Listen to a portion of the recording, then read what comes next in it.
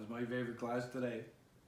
Today, boys and girls, in our discussion in sociology, we're going to move forward on culture, and we're going to talk about one specific type of culture that develops called a culture of honor. Now, culture of honor traditionally develops in areas that are marginally fertile or have limited resources, are isolated or semi-isolated, and generally have an underdeveloped court system. Now, when I give you those three parameters, there are some places that come to mind that are definitely areas where culture of honor has developed. For example, Cyprus, Greece, Sicily, Corsica, Sardinia, the Basque region of Spain, northern Scotland, Northern Ireland. And you can tell when I mention these places, there's been some conflict there in the last 50 years. And generally, areas where cultures of honor develop, conflict generally follows. So what is a culture of honor? A culture of honor is a culture that looks at the symbols, or that holds high the symbols, language, values, and norms of the warrior ethos. The language is very strong. The language is generally loud, and there are generally quarrels, and they are necessarily public. And the rationale for that is to create a reputation, the reputation of honor, meaning that if anybody slights you, you will defend your honor physically. The reason for that is these cultures tend to develop, as I said, in marginally fertile ground. So in marginally fertile areas, how do you survive? What do you do to raise a family? How do you live? Typically, the culture develops in that area, develops towards a herding lifestyle, a shepherd mentality, where you are a shepherd and you look after your flock. And in that style of culture, a culture that's immersed in that work ethic, things can be taken away rather fast. So, for example, one wolf could come in and eat half of your sheep, or a rustler could come in and take half of your cattle. Well, you have to be willing to act swiftly and deliver your own brand of justice, because there's no easily accessible court system. So that is why that type of culture evolved. You had to be independent, and that culture has a strong independence, is steeped in independence, independence of thought, independence of attitude, independence of wealth. Now, I'm going to tell you a story about that culture that might help explain a little bit in how it relates to us here in Cape Breton. I just said a minute ago that people that came from Northern Ireland and Northern Scotland were steeped in the culture of honor. I'm going to tell you a story that my grandfather told me. When I was a little boy, in the 1970s, mid-1970s, I was at my granddad's house, and he handed me a Coke, and I was sitting on his front doorstep and sitting back drinking my Coke, and he told me a story. He told me about one night on the farm, he was my age, so around about 1908. He said he heard the animals stir.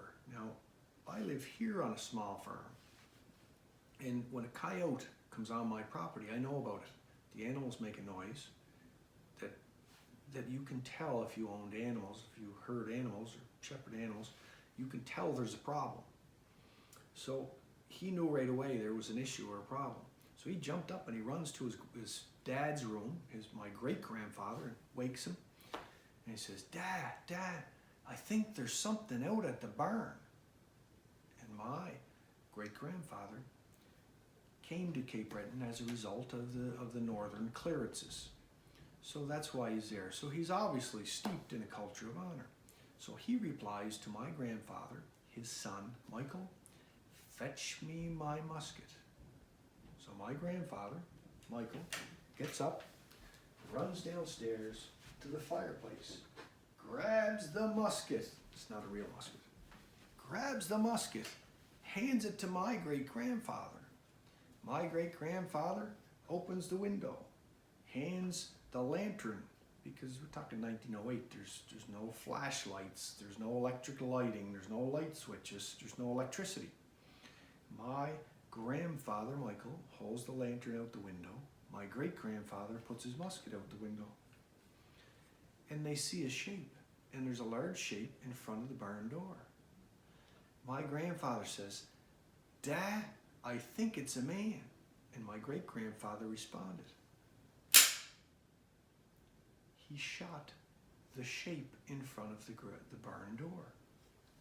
He hands the musket to my grandfather and says, "Go load that up and put it on top of the fireplace." And my grandfather said, "What if it was a man?" And my great-grandfather responded, "Well, he didn't have no business being out trying to get in my barn now, did he?" My grandfather went downstairs, reloaded the musket, put it on the fireplace. My great-grandfather went to bed. This was how people reacted to situations who were immersed in a culture of honor. Now, do we still have a culture of honor in Canada? No, it has died out. But are there areas where there's still cultures of honor? Most certainly on the planet, there are lots of areas that are still immersed in a culture of honor. The closest to us here in Nova Scotia would probably be the southern United States. In the southern United States, there was a lot of research done by sociologists, specifically one sociologist, Robert Nisbet. And what he discovered in his study of the southern United States and the culture of honor in that area, because a lot of the immigrants in that area are from the same area as my great-grandfather, the northern reaches of Scotland. They carried with them the culture of honor, and it has still stayed in the southern United States.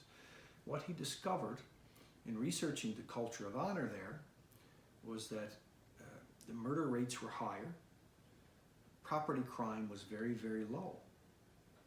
So when he was finished his study, what his resultant was that he came up with data that indicates that if you live in a culture of honor in the southern United States, if you refrain from adultery and don't upset people, don't get people mad at you, you are more likely to live a violent, free life and suffer any property crime than anywhere else in the United States. And I was pretty amazed at that. That is not what I thought the outcome would have been.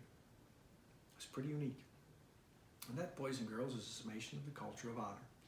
It takes place in areas that are marginally fertile, that lack resources, that have a less developed court system, and that typically are isolated or semi-isolated. Oh, the story of the I never finished that story about the burn. I forgot. The next morning, my great-grandfather and my grandfather took the musket and went out by the barn, and they saw a great big pool of blood in front of the barn door. And they followed it around the side of the barn. They followed the blood trail, and they followed it off a couple hundred yards into the woods. And lo and behold, my great-grandfather had shot a bear. So they butchered it and had the meat for the winter.